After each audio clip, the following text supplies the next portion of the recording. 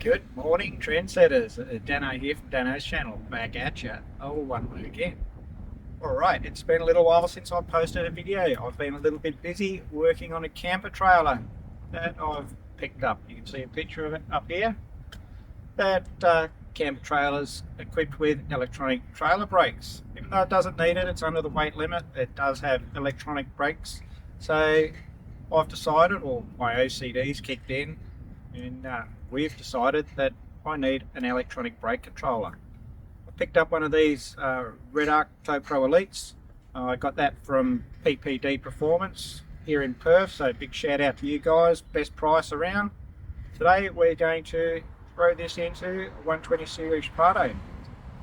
Same sort of installation will apply to any type of vehicle, but for those of you who got a 120 Prado, follow along and I'll show you where I installed it and process to do it. So yeah, let's get stuck into it. Alrighty, I've put the little unit out of the box. As you can see, it's about the size of a cigarette packet. Doesn't matter where you install this. I'm going to put mine up in under the dash like I did with that two-way install. It can be installed in any orientation that you like, but it is important that when you do install it, that it is fixed in that orientation, just because of the electronic voodoo that goes on inside the unit and tells the brakes when to go on and all that sort of stuff. So let's get into pulling this dash apart, and we'll find somewhere to mount it up. Alright, for 120 Prado owners, I'm going to show you how to pull the dash apart, and we'll find somewhere to install this unit. So no special tools required. I've just got a Phillips head screwdriver, a ring open ender, a couple of different sizes, and trim removal tool. They're not really essential. You can get away with a flathead screwdriver. Just use them because it's plastic on plastic and it doesn't scratch up your dash or anything like that. Alright, we're going to have to remove this door sill, the kick panel here. We're going to pull out this little bit of a fascia here, take off the fascia around your key. So that just unscrews. That's nice and easy. So just like that.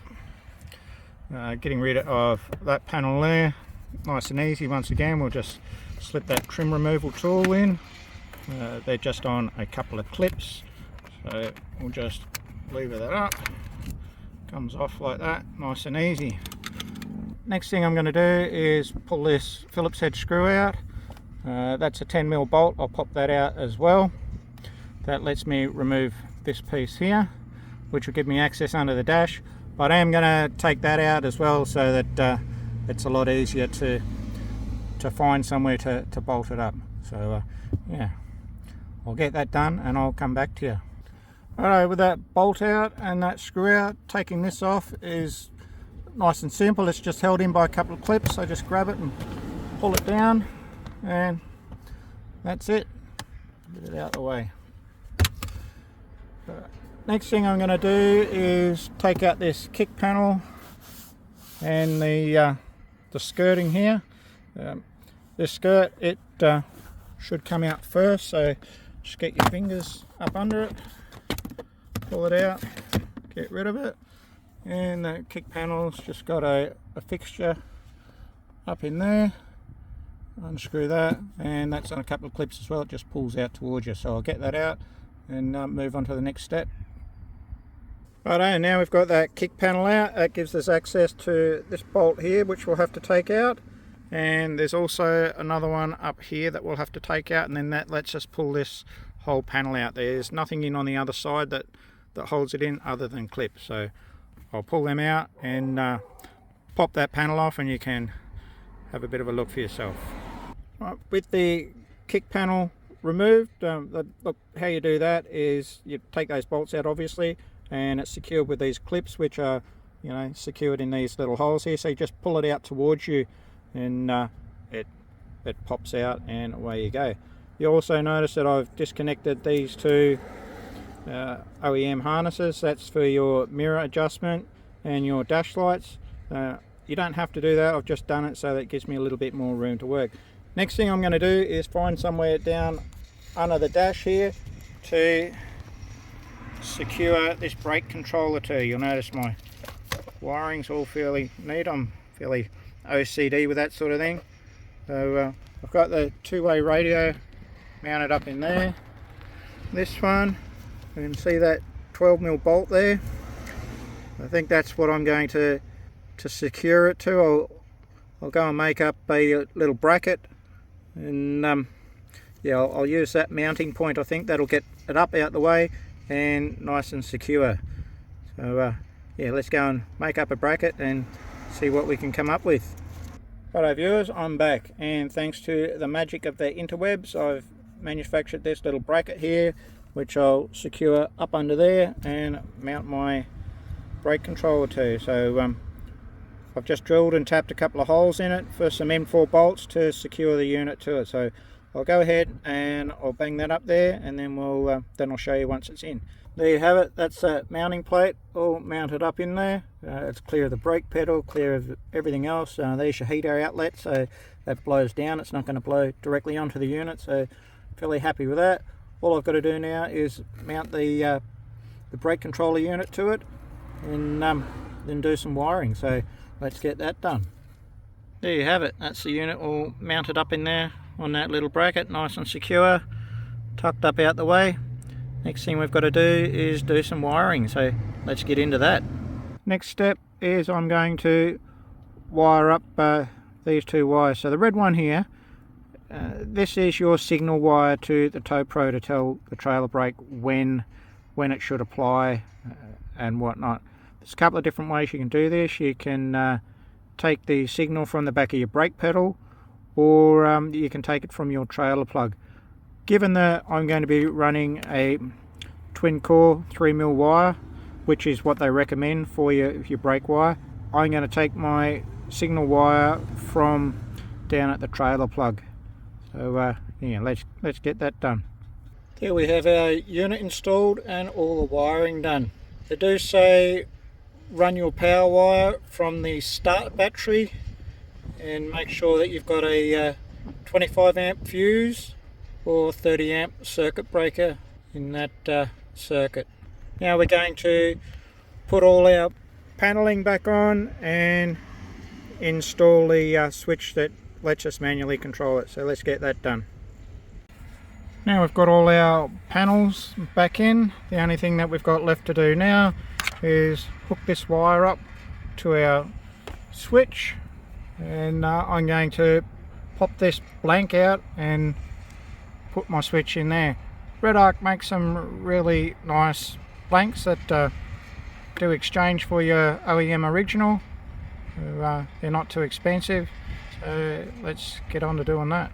To knock this blank out, I'm just going to go in through the little door where we access the fuses. Then I'm going to feed this cable out through that gap and connect it to the switch, and then fit it to the blank.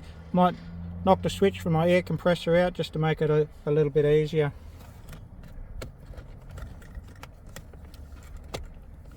There you go, that's the blank. Pretty easy to knock out. Now we just got to feed that cable through.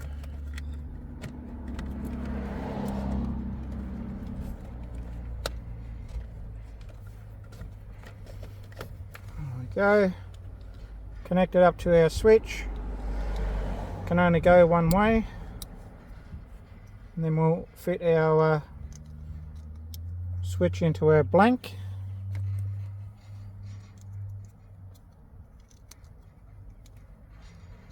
And secure it in there with a little nut.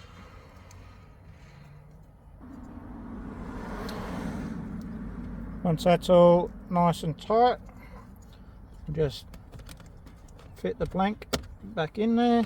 Push this other switch for our air compressor back in. Make sure our wires are tucked up out the way. And last but not least, we'll fit our little knob over the top. Just like that. What do you reckon?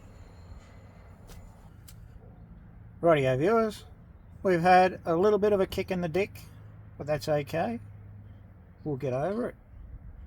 Went to wire up the plug at the back there, and I found that we've copped a little bit of salt water at some stage, and our terminals are all corroded. I'm not going to mess around with this. Luckily I had a spare one in the shed, so I've started changing it out. I'm not saying that you can't use it. For me personally, I'm not going to mess around with it. If you've got a good way of getting rid of corrosion and that sort of stuff out of these terminals, by all means, drop it in the comment section down below. Save someone else a few dollars. Alright, back to wiring up these terminals. So blue wire is the one that comes from my brake controller up the front there. That needs to be 30 amps, and the red one that we've got here is our signal wire from our stop lights, which goes back to the controller and tells us that we've got our foot on the brake basically. So we're going to take our red wire and we'll join that in with the red wire for our stop lights, and the blue one, that's going to go in pin 5 just here, so that we can transfer the signal back to the trailer. So let's get that done.